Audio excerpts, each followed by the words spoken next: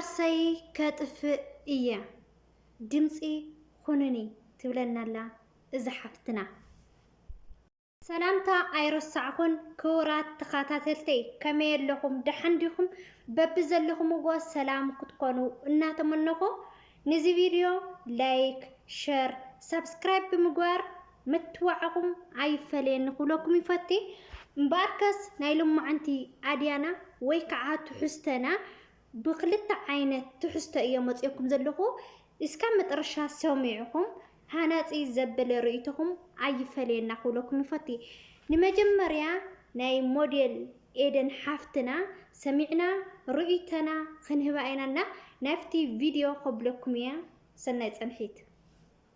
دك مدام يدولالو بزحاتين ترى متأنيكم مالتيو دك مدام أو سعودي عرب زلخن عرب إمريس زلخن كلخن زيخون كنسي إذا نزجب أنا بيك إن رجع قال لبامات اللواندين جين إذا اللي جب أكني لا أخاتن كزارة بكلمة إذا لخو عبزي عبدي سبب أخوينهم بزحاته ودات جنزة خني قبول خنيم عتم تصدق إذا لا أخاتن مالتيو عبزي خوينهم حالة تيك تاكر عسرت شحلة مال فلورس حيزو كان فور لا لما متأسل للرأخن ويم بزحاته قالت فيديو لا سرحس للرأخن كأنه يحزكن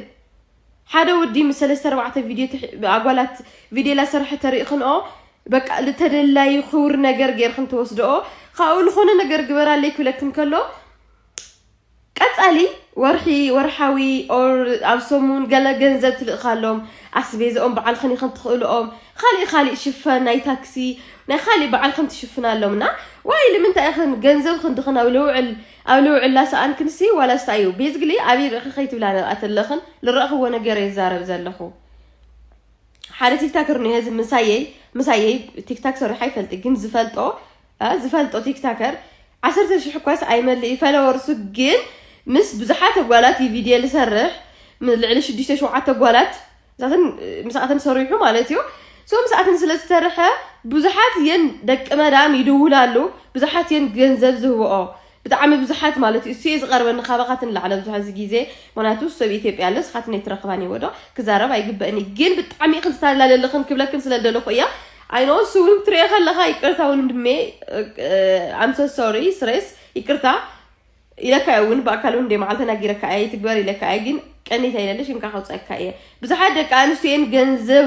ገንዘብ ዝልኻሉ ብዙሓት ደቂ አንስዮ ናይ በይኑ ታሪኽ ይኾነይ ኢትዮጵያ ዘለው አወዳት መዛሕቲኦም በተለይ ኣብ አዲስ አበባ አቱም ላይ ወክለኩም አይወክለኩም አቱም ዝወክለኩም ይዛረብ ዘለኹ መብዛሕቲኦም ካብ ደቂ መዳም ተጸበይቲዮም ኣብዚ ዘለው እዚ ቪዲዮ ሰሚዕኹምዎ ከም ትኾኑ በዓልቲ ምልእቲ ተስፋየ ሞዴል ኤደን ዝሃወት ሓሳብ ሓቃያ ንሕና እስራኤል 4 ሰዓት ዓዲ ዓረብ ተደፊና ጽባሕ ንግሆ ንባዕልና እንተ ዘይኮይና መንሰብ ቆልሕ ዝብለና አካል የለን ስለዚህ በጃኽን ጊዜኽንን ሰዓትክንን ተጠቂምክን አሞያ ከተውዕሉ አለክን ገንዘብክን ጽባሕ ንግሆ ሓወይ ሓፍተይ አፍቃርዬ እናበልክን ብትን እተብለ እንዘለኽን ወይ አነልካ አይመለስን እዩ ጊዜ ሎሚ ወርቅ እዩ ስለዚህ በጃኽን አስተውዕላ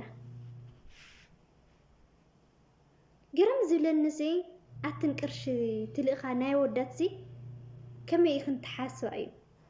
ማለትሲ እስራኤል 4 ሰዓት ድቃስ ዘይብልክን ለሓደርክን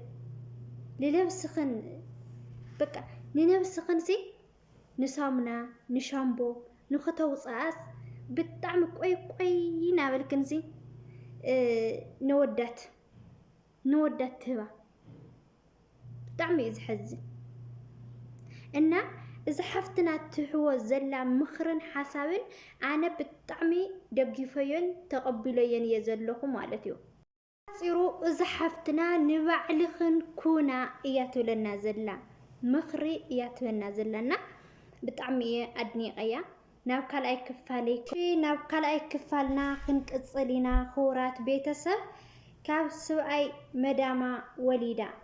سلازي دمت خنوني تبلنا لا حفتنا كاسو اي مداما زولدت ولدا نابعد حزاتو كي تأتي احدي قوموا سلازي اذا حفتنا او دواء يتنبر انت ውላድኩም ኣይትተሓዙ ውላደይ ክረክብ ሓጉዙኒ ኣብ እስሪበት ወፅየ ውላዲ ሒዘ ናብ ዓዲ ሒዘ ከኣቱ ኣይከኣልኩን ስለዚ ውላደይ እንተ ዘይተረኺቡ ግን ዓርሰይ ከጥፍእ እየ ትብለና ኣላ ሓፍትና ናይዞም ምዕራብ ሕጊ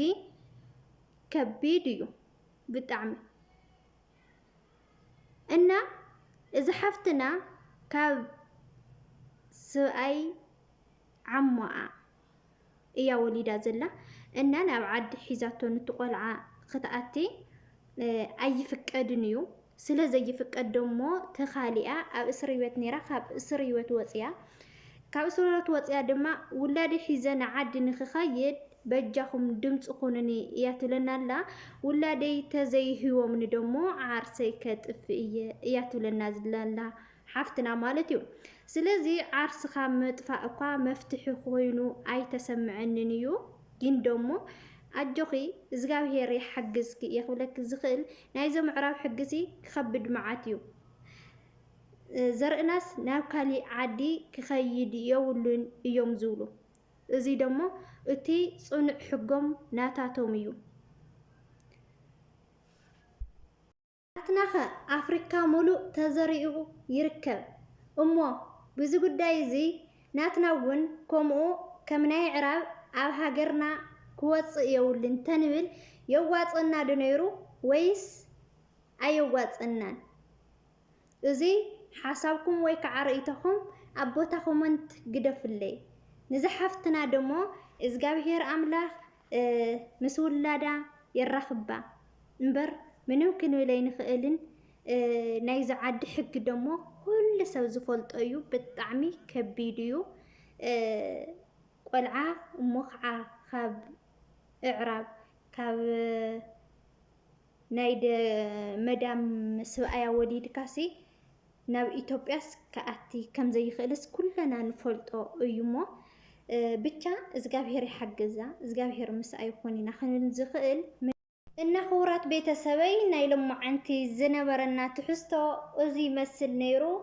ብዝቕፅል ብኻሊእ ትሕዝቶ እስካብ ንራኸብ ሰሰናይ ንዓኹም እናበልኩ ነዚ ቪድዮ እተፈቲኹምጎ ከምቲ ልሙድ ላይክ ሸር ሳብስክራይብ እናገበርኩም ምትዋዕኹም ኣይፈለየን ክብለኩም ይፈቲ እትሁኒ ዘለኹም ምብርታዕ ደሞ ንዓይ ጥንካረ እዩሞ ብጣዕሚ እየ ዝፈትወኩም ብጣዕሚ እየ ዘኽብረኩም ናይ ዩቱብ ተኸታተልተይ ብጣዕሚ ትፍለዩኹም ሕዚ እውን 13K ክነኣቲ 300 ሰብ ብቻ እዮም ቃርዮምና ዘለውና ሳብስክራይብ ምግባር ኣይትረስዑ ሓሳባትኩም ወይ ከዓ ርእይቶኹም ደሞ ኣብ ቦታ ኮመንት ተቐምጡለይ ሰናይ ቅንያት ይፈትወኩም እየ ፅብቁ ንዓኹም